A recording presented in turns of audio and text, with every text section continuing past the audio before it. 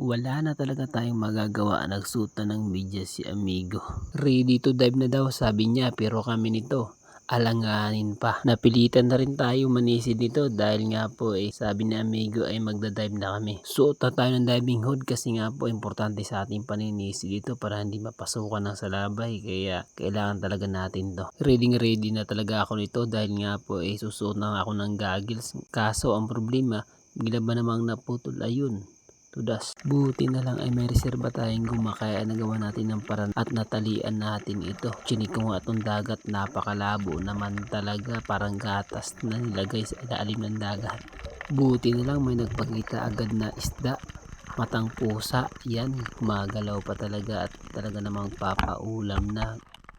Dahil sa hampas ng agos talaga namang sumasayaw itong mga samo sa ilalim ng dagat at yun, sumablay tuloy ang ating pagpana. Napakalabo talaga ang ilalim ng dagat.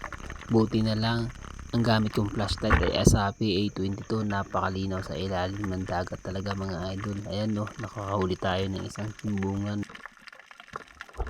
Tingnan nyo, parang gatas talaga.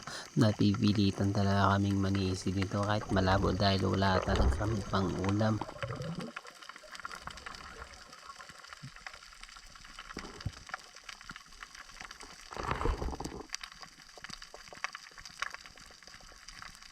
Dito meron tayong panibagong papanahin, isang dalagang bukid, yun, sablay.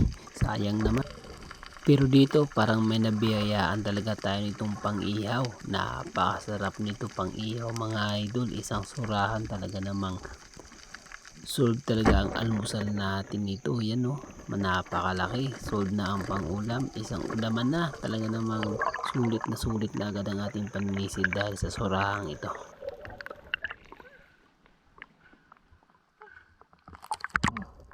Bago ang lahat, ipopromote ko muna ang aking diving flashlight na ginagamit, Asahi A22, na meron po siyang 4,000 lumen. Tapos may dalawang battery na 5,000 mAh at 3.7 volt. Talaga namang magdamagan ang ating paninisid nito. At ang kagandahan sa diving flashlight na to ay meron siyang indicator. Malalaman talaga natin kung lubat na ang ating battery dahil magpupula na po siya. Kung full charge po ay kulay green, talaga namang hindi masisira ang ating battery. Talaga naman pang long term ang diving flashlight na ito. May yellow light at white light at mayroon siyang tatlong pagpipili ang kulay. Napakaganda naman talaga ng cuttlefish na ito sa ilalim ng dagat. Tingnan nyo, grabe kasulit talaga. Pag ito tinamaan ng camera, talaga namang hindi ka bibiguin ng cuttlefish na ito. Kahit malabo talaga, kitang kita talaga natin ang cuttlefish sa ilalim ng dagat. Oh, grabe. Yan yung isang kasama ko, pinapana niya ang cuttlefish. Ayun, sa pool may pang adobo na siya. Grabe, isang panaan lang talaga namang makakaulam na talaga agad ang pang umagahan nito. 60 to 80 meters deep range ang maaabot ng diving flashlight na ito, kaya kahit malabo ang dagat talaga namang makikita natin at makikita talaga. At siguradong may pang-ulam talaga tayo nito pag uwi ng bahay. Hindi nagtagal umaga na pala, kaya umuwi na rin kami. At ito nga pala yung huli namin ni Dib Amigo TV. Ayan no, sulit na agad yung pang-ulam namin. Mga 3 kiluhin siguro yan. Goods na may surahan. Lobster, talaga namang libre talaga ang ulam kapag masipag dito sa Palawan. At ito naman ang huli na kasama ko na isa. Ayan no, talaga namang may pang adobo, pang ihaw, pang prito. Libre talaga ang pang ulam, mayroon pa siyang pang binta. Sulit talaga pag Asahi ang gamit mo.